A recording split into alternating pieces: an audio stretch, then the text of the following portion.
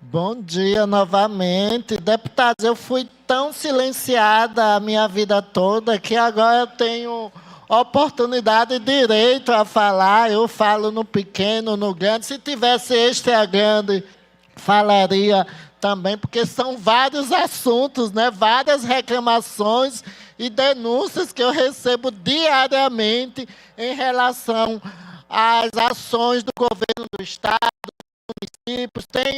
Ibrahim está aqui, daqui a pouco tem uma denúncia lá no seu município, Lagarto, sobre os servidores, mas como líder do governo me provocou, né, exaltando, lendo um texto aqui sobre essa obra que vai...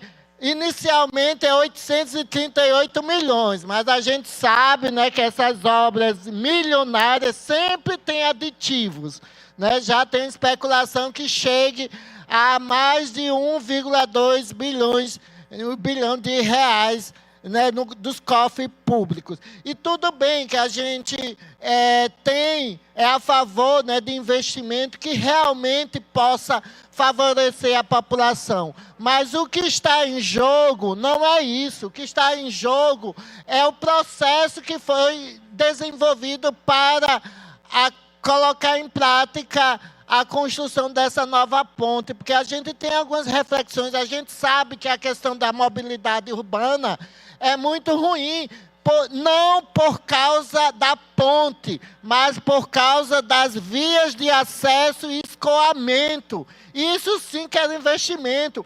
O investimento, senhor presidente, que não ia custar nem 100 milhões de reais, e que ia resolver parte da mobilidade urbana na região aqui da ponte, ali da Ponte Barra, é construir um simples elevado ali na Avenida Beira-Mar, porque ali, em certos locais, a gente não tem condições de passar em certos momentos, e não era investimentos, era só um elevado, como tem um elevado aqui na Hermes Fontes. Esse é um dos exemplos para dizer que realmente o governo do Estado não está preocupado com mobilidade urbana. Se tivesse preocupado com mobilidade urbana, investia em pista de acessos dessa João Rodrigues aqui, que acaba sendo a única pista, a única avenida para poder escoar todo o tráfego, né, que vem da Barra, que vem do Marcos Freire 1, Marcos Freire 2, Marcos Freire 3, do Socorro da Barra. E todo mundo sabe que o problema não é na ponte, passar pela ponte, são as vias de escoamento. E porque o governo do Estado fez um estudo de viabilidade de qual realmente é a solução. Por isso que ontem mesmo o Ministério Público Federal ajuizou uma ação civil pública com pedido de tutela de urgência, visando suspender desapropriações e obras da comunidade do Estaleiro, em Barra dos Coqueiros, porque a medida questiona o decreto do município da Barra, o decreto número 1055 de 2025, apontando intervenções em terrenos de marinha sem autorização da União. Quer dizer, usando a administração pública dos municípios contra legislações que têm, né, o poder da União. No caso, essa localidade é de responsabilidade da SPU, com ausência de estudos socioeconômicos e também com falha no licenciamento ambiental, com o objetivo de proteger o direito à moradia. O decreto municipal declarou de utilidade pública uma área de aproximadamente 230 mil metros quadrados para ampliação da Avenida Vereador Adelmo Apóstolo, e que é o acesso da Nova Barra. E parte da área, né, cerca de 34 mil metros quadrados, caracteriza-se como terreno de marinha, integrante do patrimônio da União, e o município iniciou o processo de desapropriação sem a prévia autorização da Secretaria do Patrimônio da União. E o Ministério Público Federal requer a paralisação dos atos expropriatórios e a elaboração de plano de reassentamento para as famílias residentes na área. O que isso demonstra? Demonstra que esse processo que está sendo desenvolvido por governo do Estado, que ele diz, e até eu vou ler aqui uma frase dele, né? Estamos falando de uma obra de cerca de 840 milhões, a maior da história de Sergipe. A maior, quer dizer, sempre para demonstrar que ele quer deixar o legado como a maior obra, porque esse é o interesse dele, é essa a justificativa, dizer, de superar, né, porque o João Alves Filho, né, porque tem envolvimento com a grande construtora, também, né, construiu a primeira ponte e quer superar, é como se fosse guerra de poder e demonstrar quem, né, desenvolveu a maior obra do estado de Sergipe. E para ressaltar o que eu digo, né, e que eu estou colocando em prática, é que sim, a gente precisa de investimento, né, para desenvolvimento, mas quanto o governo do estado de Sergipe está investindo para impedir as tragédias provocadas pelas mudanças climáticas que estão acontecendo em todo o Brasil? Quanto Sergipe investiu para que essas mortes que estão acontecendo, né, já aconteceu no Rio Grande do Sul, em Minas Gerais, que acontece sempre no Rio de Janeiro, em São Paulo, sejam evitadas daqui. Então, o interesse é demonstrar poder, demonstrar que está construindo a maior obra, né, do estado de Sergipe. Por isso, eu vou colocar aqui um vídeo do arquiteto e urbanista e também mestre em desenvolvimento e meio ambiente, uma pessoa capacitada, né, para poder fazer uma reflexão, que é do arquiteto e urbanista Ricardo Sampaio Nunes, para que ele traga algumas reflexões sobre esses impactos, principalmente em relação às comunidades tradicionais, porque e também, né, preocupação com o meio ambiente e fazendo uma análise, né, sobre o porquê, né, dessas obras e a quem, né, essa obra realmente vai beneficiar. E nem o turismo é.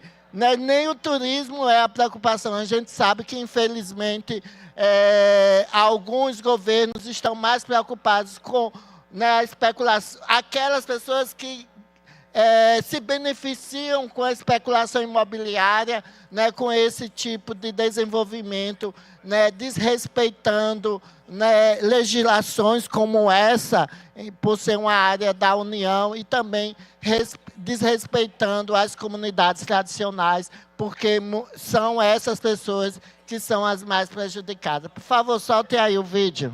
Aracaju cresce ou engole as cidades vizinhas? Muita gente acredita que morar em Socorro, São Cristóvão ou Barra dos Coqueiros é apenas uma extensão natural de Aracaju. Isso não é verdade. E é justamente aí que começa o problema. Esses municípios são territórios com histórias, culturas, economias e populações próprias, construídas ao longo de séculos. O que vem acontecendo, porém, é outra coisa. A população de Aracaju está ocupando parte desses municípios sem qualquer relação real com suas cidades. Existem pessoas que moram há anos na Barra dos Coqueiros, mas que nunca estiveram na cidade da Barra. Nunca caminharam por suas ruas, nunca frequentaram seus espaços públicos, nunca estabeleceram vínculos com sua vida social e cultural. Vivem ali praticamente para dormir. Tudo que fazem, trabalho, estudo, consumo, lazer, acontece em Aracaju. Isso não é integração urbana, é apropriação territorial.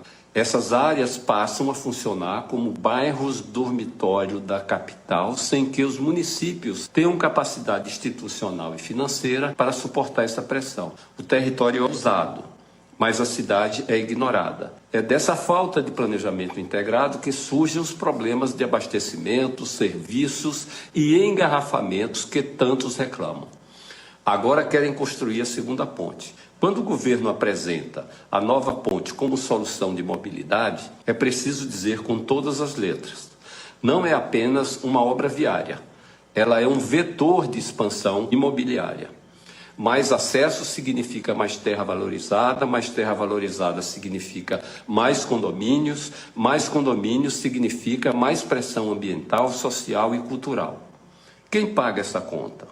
Pagam os moradores históricos desses municípios, pescadores, trabalhadores locais, comunidades tradicionais, pequenos agricultores que veem seu território ser ocupado, encarecido e descaracterizado.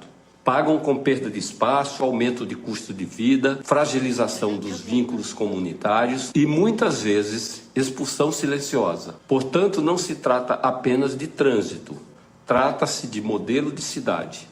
Trata-se de justiça territorial, trata-se de respeito à história e à vida de quem sempre esteve ali. A ponte não pode ser apenas um instrumento para Aracaju crescer sobre os outros, porque desenvolvimento que apaga história, cultura e territórios não é progresso, é dominação urbana.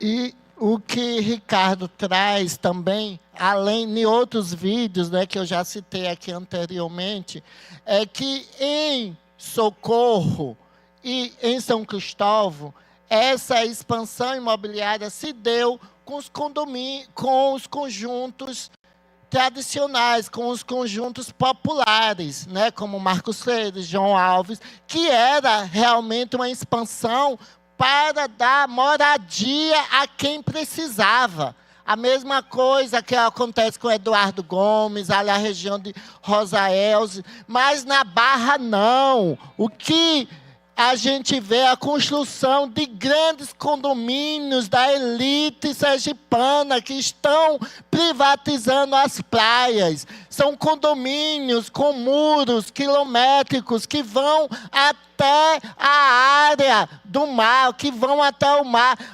Uma tentativa de privatizar e de colocar condições, né, favoráveis para a população, né, para as pessoas que têm mais acesso, e não como aconteceu em Socorro, que foi a construção, né, de casas populares para as pessoas que precisavam de moradia. Claro que tem alguns bairros populares, mas que foram construídos há muito tempo. E lá não, que a gente vê é exploração. E outra coisa que eu vi também nos comentários é que eles destroem as áreas da Mangabeiras, mas para dizer que está, vamos supor, ajudando, colocam o nome dos empreendimentos de Mangabeiras.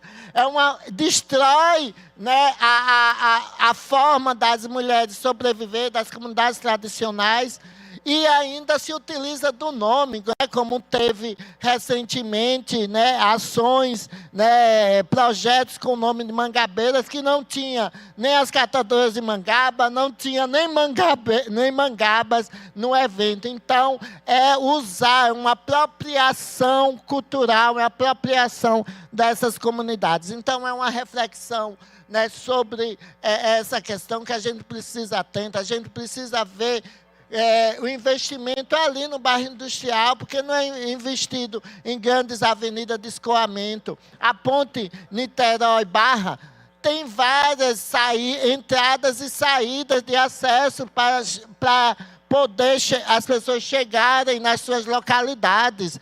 Não é só construir, né? E uma das reflexões, esse dinheiro aí, só para vocês darem um exemplo, dá para construir uma média de... O Hospital do Câncer foi 170 milhões. E a ponte, né, inicialmente 840 milhões, podendo chegar a mais de 1 bilhão de reais.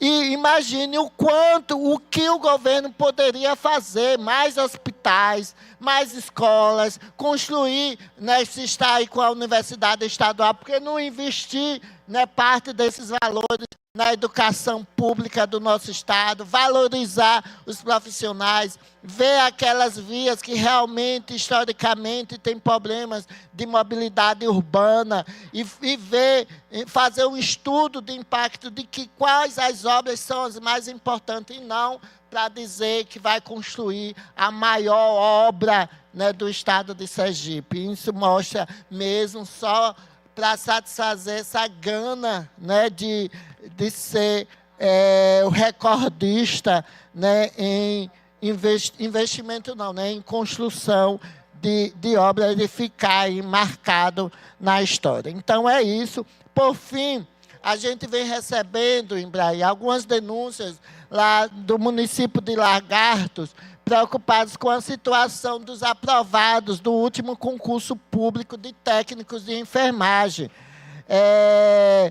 Para saber, né, se serão realmente chamadas ou chamados ou não, já que estão ouvindo rumores de que houve renovação do contrato com a empresa terceirizada. E muitos estão preocupados se isso é verdade ou não.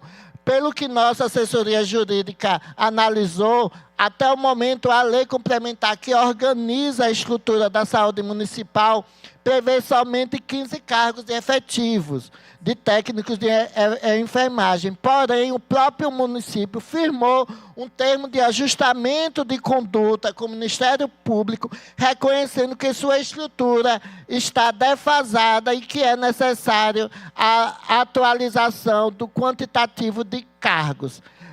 Ao mesmo tempo, há um concurso público vigente em técnico de enfermagem, com pessoas aprovadas em cadastro de reserva, aguardando essa convocação. Então, são essas pessoas que estão nos procurando para pressionar, para saber se realmente vão, porque as pessoas ficam ali no dilema, né? Ficam nessa expectativa. E esse TAC, né, esse termo de ajustamento de conduta, também determina a substituição progressiva de vínculos precários por cargos efetivos mediante concurso público. E caso as contratações de terceirizados estejam ocorrendo, é preciso que a prefeitura traga explicações públicas, porque se há concurso válido e se há previsão legal, né, de cargos efetivos e se há também obrigação assumida, né, no TAC, para fortalecer o quadro, a opção pela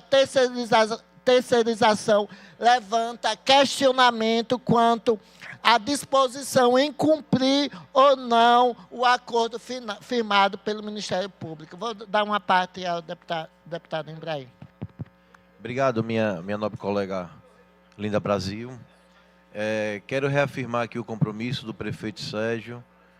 Gradualmente está sendo chamado todos que passaram no concurso público do município de Lagarta, assim foi feito os serviços gerais, foi feita a guarda municipal, foi feito, hoje está sendo feita a parte de professor, e tenho uma certeza absoluta, todos aqueles que fizeram o concurso do município de Lagarto terão a sua vaga garantida. Esse é um compromisso do nosso prefeito Sérgio Reis.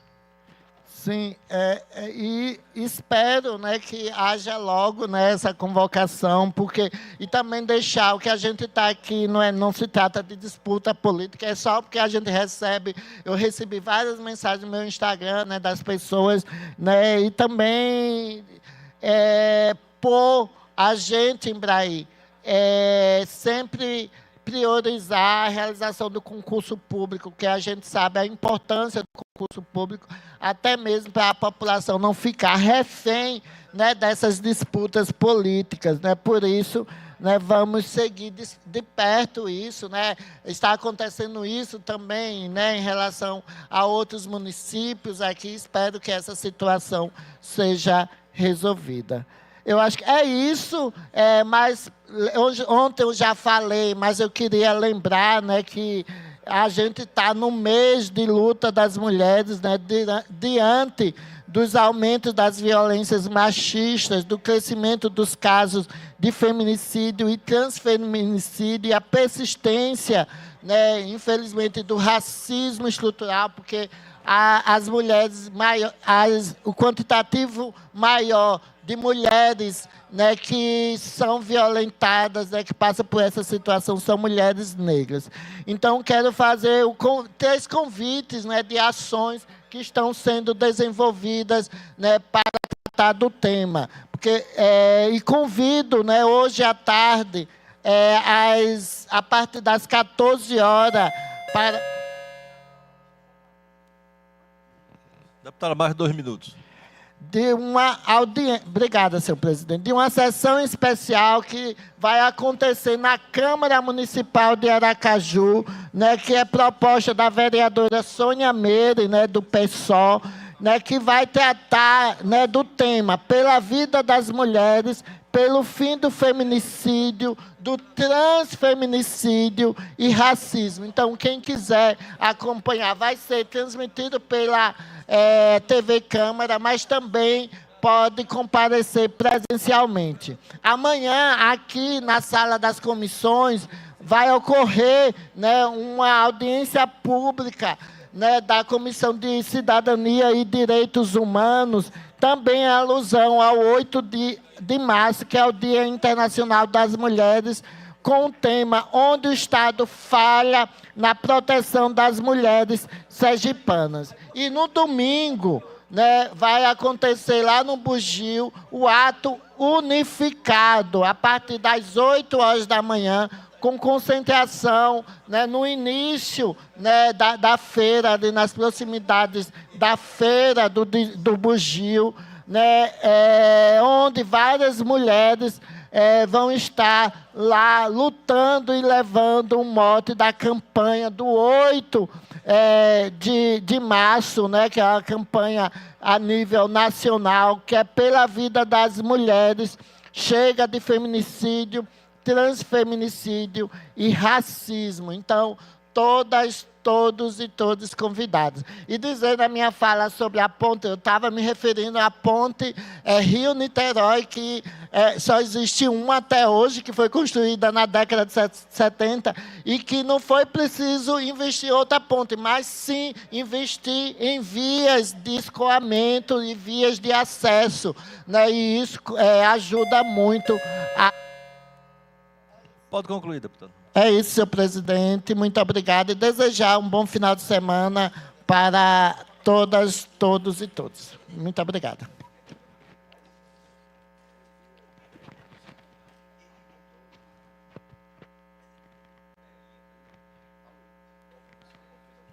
Ainda no grande expediente, deputado Chico do Correio tem a palavra.